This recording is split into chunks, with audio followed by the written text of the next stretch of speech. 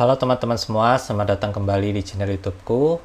Di video kali ini kita akan melanjutkan kembali pembelajaran kita tentang function di Swift. Di mana video terakhir kita sudah membahas parameter dan return pada function. Kali ini kita akan membahas tentang nested function atau fungsi bersarang. Seperti apa nested function itu? Langsung saja kita mulai. Oke, jadi pertama kalau kita mau membuat fungsi yang paling sederhana, misalnya kita ingin membuat fungsi untuk menyapa seseorang, kita bisa buat seperti ini. Kita tuliskan keyword function, lalu nama functionnya sapa pengguna.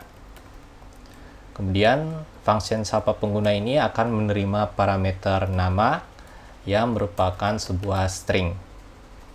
Kemudian function sapa pengguna ini tidak mengembalikan value, tetapi dia akan mengeksekusi sebuah perintah. Misalnya di dalamnya kita tulis saja print, lalu halo, kita print namanya, terus selamat datang. Nah, kalau fungsi ini dipanggil, dia akan menampilkan pesan sapaan ke konsol kita. Sampai tahap ini semuanya masih normal dan belum ada nested function. Coba kita jalankan terlebih dahulu fungsi ini. Sapa pengguna namanya Andi. Kemudian kita jalankan. Nah, hasilnya halo Andi, selamat datang. Nah, sekarang bayangkan kalau di dalam fungsi kita ini nanti logikanya makin banyak. Nah, ini akan mengakibatkan kode kita akan berantakan dan sulit untuk di maintenance. Nah, supaya lebih rapi, kita bisa memindahkan logika ini ke dalam sebuah function kecil. Nah, sekarang coba kita rubah, misalnya di dalam body functionnya kita buat lagi function baru. Kita beri nama pesan sapaan, kemudian dia akan print, dia akan mengembalikan sebuah string. Nah, stringnya itu adalah teks ini, halo nama selamat datang. Seperti ini. Nah, ingat kalau misalnya cuma satu baris kode, kita bisa hapus saja returnnya. Kemudian di sini kita bisa buat satu variabel namanya pesan yang merupakan function pesan sapaan.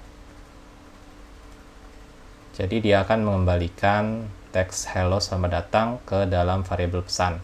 Lalu pesan ini yang kita print seperti ini.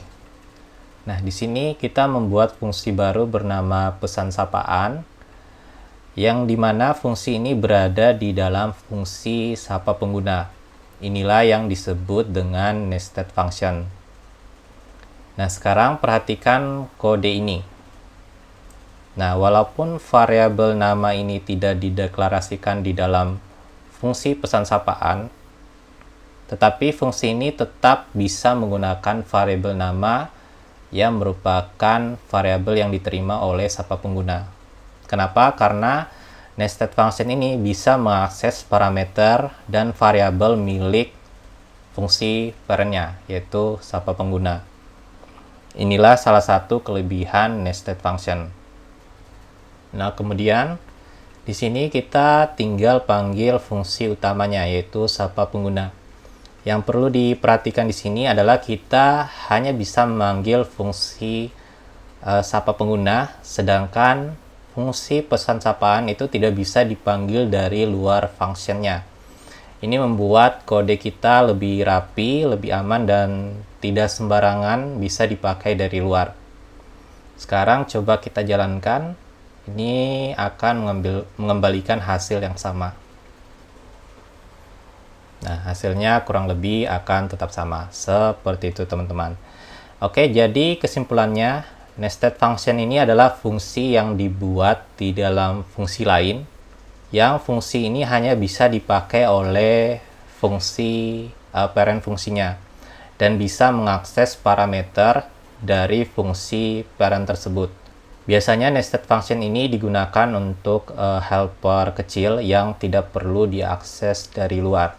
Oke, mungkin itu dulu untuk video kali ini. Kalau ada pertanyaan, silakan tanyakan di kolom komentar di bawah. Kalau tidak ada, terima kasih sudah menonton. Sampai ketemu lagi di video berikutnya.